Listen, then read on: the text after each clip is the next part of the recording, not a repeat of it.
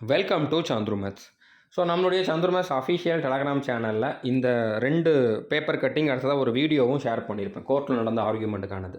So இந்த video SSC constable GD ரன்னிங்கில் fail ஆனவங்க, அதுக்காக கேஸ் ஃபைல் பண்ணவங்க, கேஸ் இனிமேல் ஃபைல் பண்ணலாம்னு நினைக்கிறவங்க, அடுத்ததாக பாஸ் பண்ணவங்களுமே பாருங்கள். Okay, first of all pass பண்ணவங்களுக்கான கிளாரிஃபிகேஷன் நான் கொடுத்துட்றேன். ஏன்னா அதில் நிறைய பேருக்கு இன்னமும் டவுட் இருக்குது, நம்மளுக்கும் திரும்ப கண்டக்ட் பண்ணுவாங்களா அப்படின்ட்டு. பாஸ் பண்ணவங்களுக்கு ஒரு பிரச்சனையும் கிடையாது, நீங்கள் ஆல்ரெடி குவாலிஃபை ஆகிட்டீங்க, உங்களுக்கு திருப்பி கண்டக்ட் பண்ணுறதுல எந்த ஒரு நியாயமும் கிடையாது. ஓகே, ஸோ பாஸ் பண்ணவங்க மெடிக்கலுக்கு தான் வந்து அடுத்து போக போகிறீங்க, உங்களுக்கு திரும்பலாம் ஃபிசிக்கல் கண்டக்ட் பண்ண மாட்டாங்க, மொத்தமாக இந்த ப்ராசஸை கேன்சல் பண்ணிவிட்டு திரும்ப பண்ணுவாங்க அப்படிங்கிற மாதிரி குரூப்பில் ஒரு சிலர் பேசிக்கிட்டு இருக்காங்க. அப்படி கிடையாது. யாரெல்லாம் கேஸ் ஃபைல் பண்ணியிருக்காங்களோ டிஸ்டன்ஸுக்காகவோ ஹைட்டுக்காகவோ அவங்களுக்கு மட்டும்தான் ரீசான்ஸ் கொடுப்பாங்க.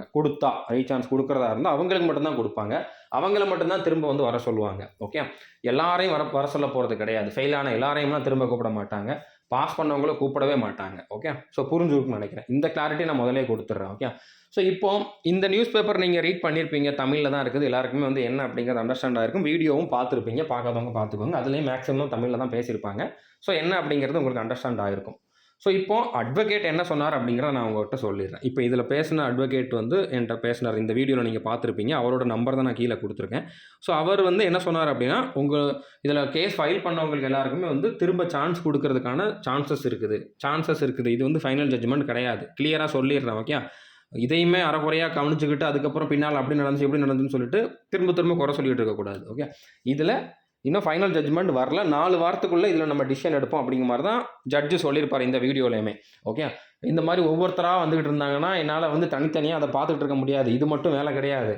அதனால் நீங்கள் என்ன பண்ணுங்கள், மொத்தமாக எத்தனை பேர் வந்து ஹைட்டுக்கு இருக்காங்களோ, எத்தனை பேர் வந்து டிஸ்டன்ஸுக்காக இருக்காங்களோ அவங்க எல்லாரையும் ஒரு பேட்சாக கூட்டுவாங்க, மொத்தமாக கேஸ் மாதிரி கொடுங்க, மொத்தமாக வந்து ஃபைல் பண்ணுங்கள். மொத்தமாக நம்ம வந்து எல்லாருக்குமே ஒரு டேட் ஃபிக்ஸ் பண்ணி ஒரு வக்கீல் கமிஷனர் முன்னிலையில் வந்து நம்ம திரும்பவும் ஆவடியில் வந்து அவங்களுக்கு ரீசான்ஸ் கொடுக்கறதுக்கான ஸ்டெப்ஸ் எடுப்போம் அப்படிங்கிற மாதிரி என்ன பண்ணலாம் அப்படிங்கிறத நம்ம 4 வாரத்துக்கு அப்புறம் டிசைட் பண்ணுவோம் அப்படிங்கிற மாதிரி தான் அதில் சொல்லியிருப்பாங்க. ஓகே, ஸோ அப்போ இதில் உங்களுக்கு சான்ஸ் இருக்குது, மறுபடி யாரெல்லாம் கேஸ் ஃபைல் பண்ணாங்களோ அவங்களுக்கு ஹைட்டுக்காகவும் அடுத்ததான் வந்து பார்த்தீங்கன்னா டிஸ்டன்ஸுக்காகவும் ரீசான்ஸ் கொடுக்கறதுக்கு வாய்ப்பு இருக்குது.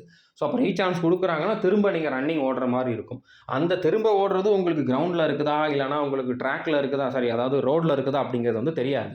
ஓகே, ஸோ எதில் இருந்தாலுமே நீங்கள் ப்ராக்டிஸ் பண்ணால் தான் பாஸ் பண்ண முடியும். அதுக்காக தான் இந்த வீடியோ. அவர் சொன்னது இதுதான், திரும்ப சான்ஸ் கொடுத்து அவங்க வந்து திரும்பவும் ஃபெயில் ஆகிடக்கூடாது, அதனால் ப்ராக்டிஸ் பண்ண சொல்லுங்கள் அப்படிங்கிற மாதிரி சொல்லியிருக்காரு. ஸோ யாரெல்லாம் கேஸ் ஃபைல் பண்ணியிருக்கீங்களோ ஃபைல் பண்ண போகிறீங்களோ அவங்க எல்லாரும் ரன்னிங்க்கு இப்போ இருந்தே நல்லா ப்ராக்டிஸ் பண்ணுங்கள். இன்னொரு 1 மந்த்துக்குள்ளே உங்களுக்கு ரீசான்ஸ் கொடுக்குறதா இருந்தால் 1 மந்த்துக்குள்ளே வந்து உங்களுக்கு ஃபிசிக்கல் இருக்கும். ஓகே, இப்போ மெடிக்கல் டேட் வந்துருச்சே அதனால் எதுவும் பிரச்சனையானா இதுக்கு சம்மந்தம் கிடையாது. ஓகே, மெடிக்கல் டேட் வந்தாலும் பிரச்சனை இல்லை, ஃபைனல் ரிசல்ட் வந்தாலும் பிரச்சனை இல்லை. நீங்கள் கேஸ் ஃபைல் பண்ணியிருக்கீங்க அப்படின்னா உங்களுக்கான ஒரு வேக்கன்சியை அவங்க ஹோல்ட் பண்ணி வச்சுருப்பாங்க.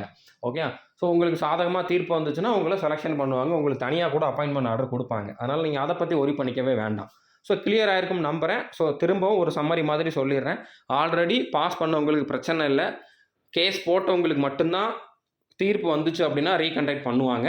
அதுவும் 100% கன்ஃபார்மாக நான் வந்து யாராலையுமே வந்து சொல்ல முடியாது, ஜட்ஜு சொல்கிறதுல இருந்தால் இருக்குது. 4 வாரத்தில் அதுக்கான அப்டேட் வந்து தெரிய வரும். அதுக்கான அப்டேட் வர்றப்போ நான் வந்து கண்டிப்பாக இன்ஃபார்ம் பண்ணுறேன். ஸோ ஆல்ரெடி கேஸ் போட்டவங்க ஃபிசிக்கலுக்காக ரெடி ஆயிருங்க. கேஸ் போடலாம் அப்படின்னு இன்னும் நினச்சிக்கிட்டு இருக்காங்க, ஃபிசிக்கலுக்குனாலும் சரி, அதாவது ரன்னிங்க்குனாலும் சரி, ஹைட்டுக்குனாலும் சரி, எதுக்குனாலும் கேஸ் இது வரைக்கும் போடலாம் அப்படின்னு நினச்சிட்டு இருக்கவங்க வந்து இந்த நம்பருக்கு வந்து நீங்கள் கால் பண்ணி பேசுங்க. கண்டிப்பாக உங்களுக்கு வந்து அவங்க ஃபைல் பண்ணி கொடுப்பாங்க. பெர் ஹெட் வந்து 10,000 செலவாகும், அது நீங்கள் தான் தனியாக தான் பார்த்துக்கணும். ஓகே, ஸோ புரிஞ்சுருக்குன்னு நினைக்கிறேன்.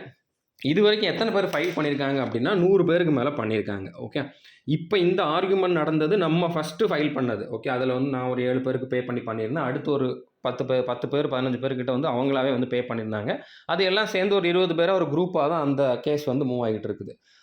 அதுக்கப்புறம் இன்னொரு 80 பேர் சேர்ந்து ஒரு குரூப்பாக பண்ணியிருக்காங்க. அதில் ஒரு 40 பேர்கிட்ட ஹைட்டுக்கு, 40 பேர்கிட்ட டிஸ்டன்ஸுக்குன்னு சொல்லிட்டு. ஓகே, மொத்தமாக இது வரைக்கும் 100 பேருக்கு மேலே ஃபைல் பண்ணியிருக்காங்க. நீங்கள் இன்னும் பண்ணுறதா இருந்தால் தனித்தனியாக தான் பண்ணணும், குரூப்பாக பண்ண முடியாது.